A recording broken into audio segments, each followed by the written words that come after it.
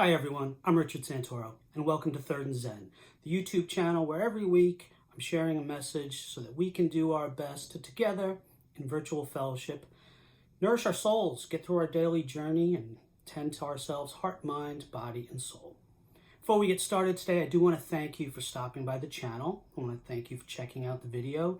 If you're just popping in, great, I appreciate you. If you stick around for the whole thing, great, I appreciate you too. And either way, I wish all of you peace on your journey. And again, thank you. I do have to say, it'd be wonderful if you could like the video, subscribe. That would be awesome. It does help get the word out. And if you know anybody that could use a little food for their soul, a little care for their heart, mind, and soul, feel free to share this. And the last thing I'll say before we get started, Christmas is right around the corner. We are in the midst of the winter holiday season. I know things are tough for a lot of people for a lot of reasons. The holidays are not always easy, whether it's the general stress and being a little overwhelmed by all the pressure of a holiday, or just things coming to the surface for lots of reasons. Holidays tend to do that for a lot of us. So if you're out there, you're in that boat, my love, my prayers to you. Be kind to yourself. Let's be kind and understanding and empathetic to everyone, knowing that everyone's having a little bit of a challenging time. Everyone's got something. So again, peace and love to you during this holiday season. Okay? Okay. Let's get started, shall we? Everyone, take a nice deep breath. Take a moment. Just breathe. Just settle into your chair, wherever you are. Just breathe. Let your breathing be at the forefront of your mind. If possible, let it be your total focus. And if not, if your mind wanders, that's okay, but just breathe. Be still. Give yourself permission to do nothing, absolutely nothing, but sit, breathe, and be present. Maybe ease into your chair and relax your body posture, your shoulders, your back, any tension you might be holding, any tension in your brow, in your mouth, your jaw. Just settle. Just ease into this moment. Just breathe and soften. Do your best to just soften and ease into this present moment and be still. It's nice to give ourselves permission during our busy lives to just settle. Just breathe.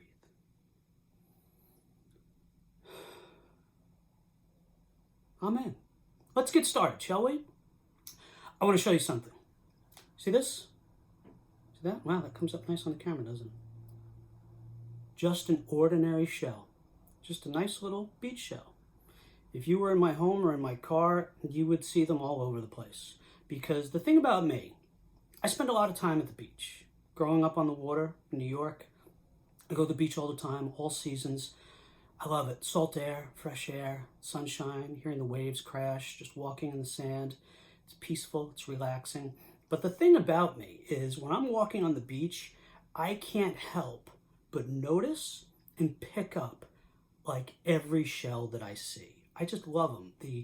The art lover in me just marvels at them. And even though I'm surrounded by the beach, I also happen to marvel at this simple little creation of God.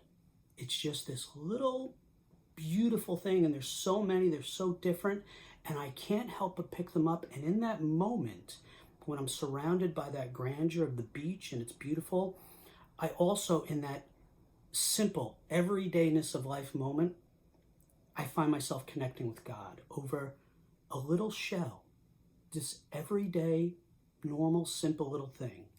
And what it made me think of the last time I was at the beach was that it is in the everyday moments of our lives, just simple, routine, everyday moments that God truly exists.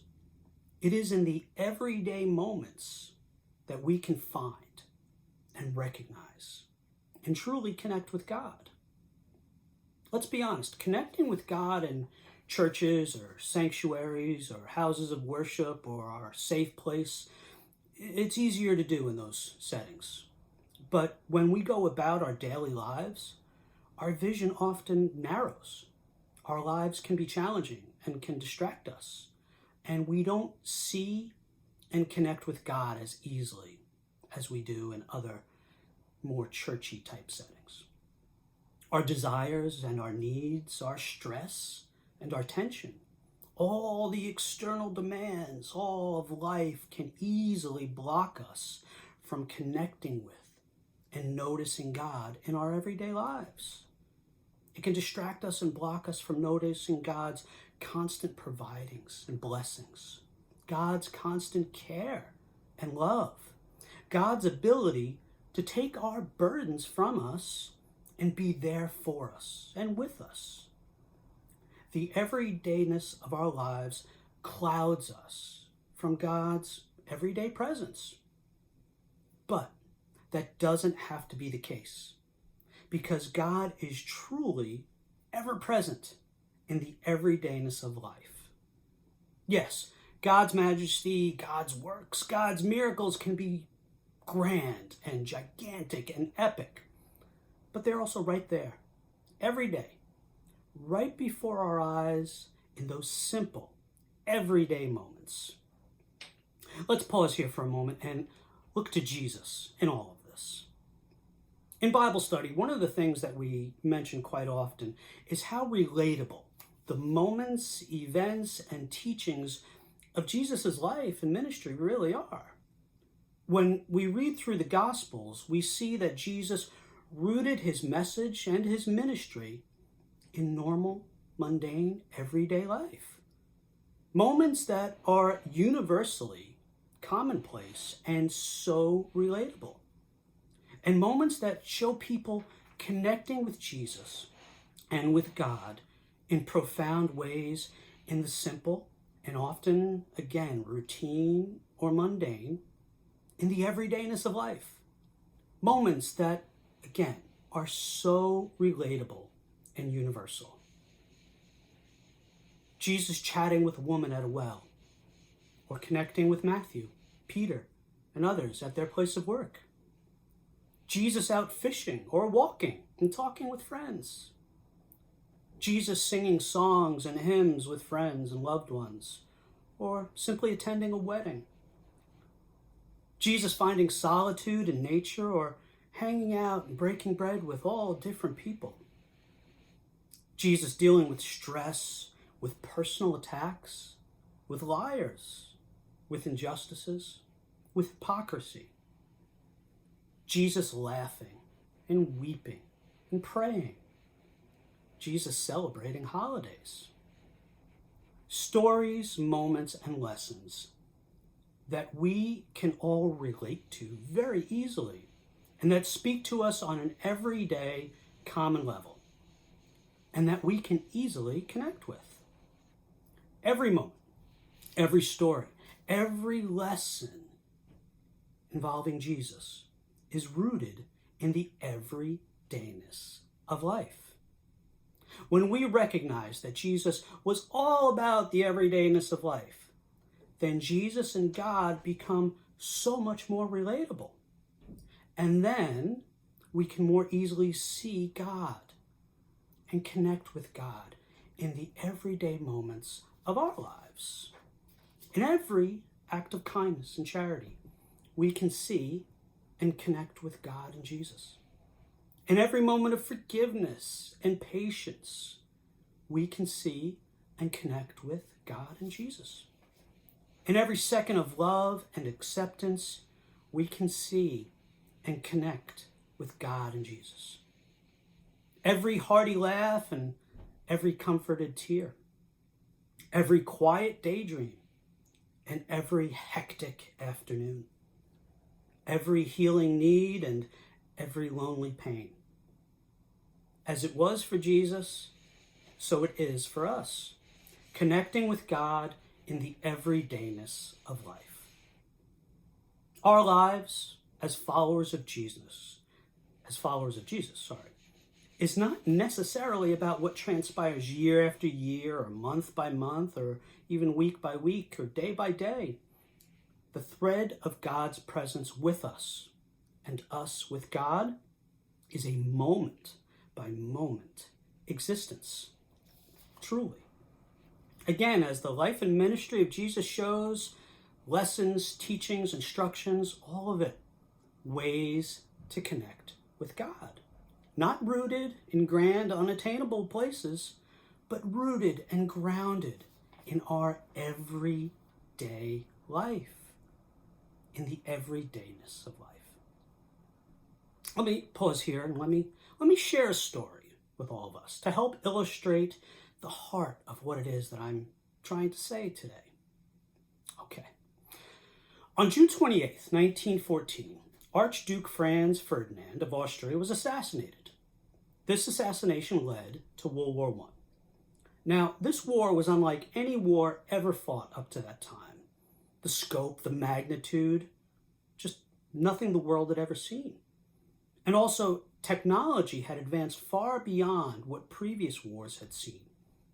Machine guns and massive artillery, the weapons of war that now existed, my goodness.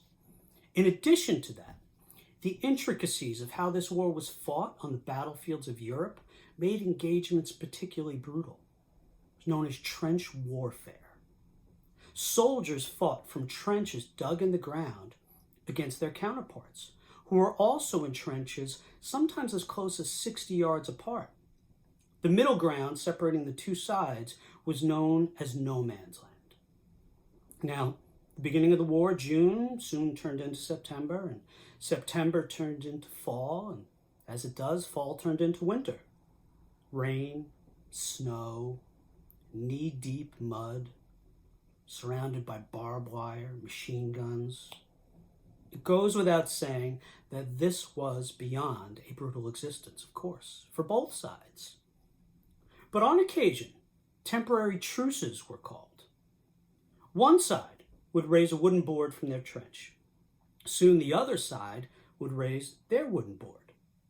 And those wooden boards were raised and while those wooden boards were raised, both sides would cease fire and draw water, distribute rations, attempt to maintain some sort of semblance of a normal life. But soon the wooden boards would be lowered and the carnage would ensue. These small impromptu ceasefires did happen on occasion, and then roughly 5 months into the Great War, on Christmas Eve, 1914, and some of you may already know this story, British soldiers on Christmas Eve, 1914, noticed lights across no man's land coming from the German side. Unsure of what to make of the lights through the distant and wintry horizon, officers warned them to be on their guard. But soon the British soldiers heard a noise. Singing. Christmas carols, to be exact. And the lights? Christmas lights that the German soldiers used to decorate their trenches and trees. Pretty soon, as the Germans would finish a carol, the British would start up. Back and forth it went. In the words of one soldier, and I quote, "They finished their carol and we thought we ought to retaliate in some way, so we sang the first Noel. And when we finished that, they all began clapping. And then they struck up another favorite of theirs, O Tannenbaum. And so it went on. First the Germans would sing one of their carols, and then we would sing one of ours, until we all started up, O come all ye faithful. The Germans immediately joined in singing the same hymn to the Latin words, Adeste Fidelis. And I thought, well, this really is the most extraordinary thing. Two nations both singing the same carol in the middle of a war. Eventually, most portions of the trenches for miles far and wide ceased fire and called a truce. Soldiers came out of their holes, crossed no man's land, and met on opposing sides. They exchanged food and drink, told stories, looked at pictures of each other's loved ones, shared tobacco. In one particular area, an impromptu soccer game broke out. In other areas, soldiers held joint services to bury their dead. They sang carols together, enjoyed their Christmas together. Laughter, joy, peace, in the 5th month of a 52-month war. A year later, Sir Arthur Conan Doyle, in his History of 1914, wrote about the Christmas truce as it became known. An amazing spectacle, and one human episode amid all the atrocities which have stained the memory of war. In the midst of the most brutal warfare, the most horrific of conditions, these men could connect with God in the everydayness of their lives. Despite their surroundings, despite the conditions of their lives, in an existence that was truly moment by moment, these men could stop, see God's beauty in the things and the people around them. They could recognize God, they could worship God, celebrate God, see God in the everydayness of their wrenching lives, even in the midst of war. God in the everydayness of their lives. As we close today, I know that our lives do not exist on the same level of the soldiers and officers who experience warfare. But our everyday lives and journeys can most definitely have very brutal, often traumatic struggles. I know this. Looking through our own pain and troubles can make it difficult at times to see God in the everydayness of life. But it is at those times that we really need to look to God. Like those soldiers in those trenches, we can put up our wooden boards, cry for help, connecting with God when we have difficulty seeing God, put up our wooden boards and just, Lord, help. Lord, I'm in a trench. Lord, there's battles going on all around me and within me. Lord, I need you. I need light. I need air.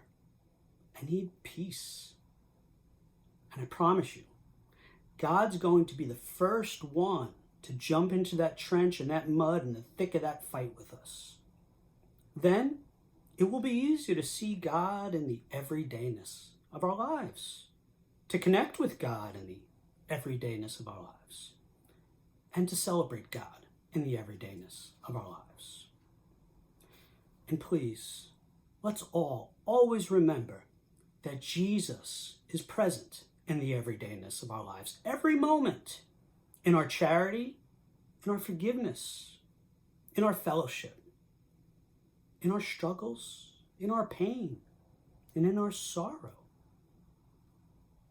in our daydreams, and in our laughter. Jesus is present. In our hugs, and in our tiny little moments of joy and simplicity, Jesus is present. And yes, very much also in our mundane, our routine, and in every single bit of the everydayness of our lives, Jesus is present. God is present. My friends, as it has been said, if we look for God anywhere, we will find God everywhere, even in shells.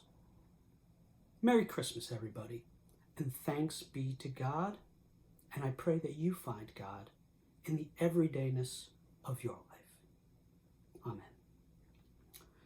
That's all for today, my friends. Again, I want to thank you for checking out the channel. I want to thank you for popping in and checking out this video, however much of it you watched. I do wish you peace and love and joy on your journey. Next video is not going to come until after Christmas. So again, I want to say Merry Christmas.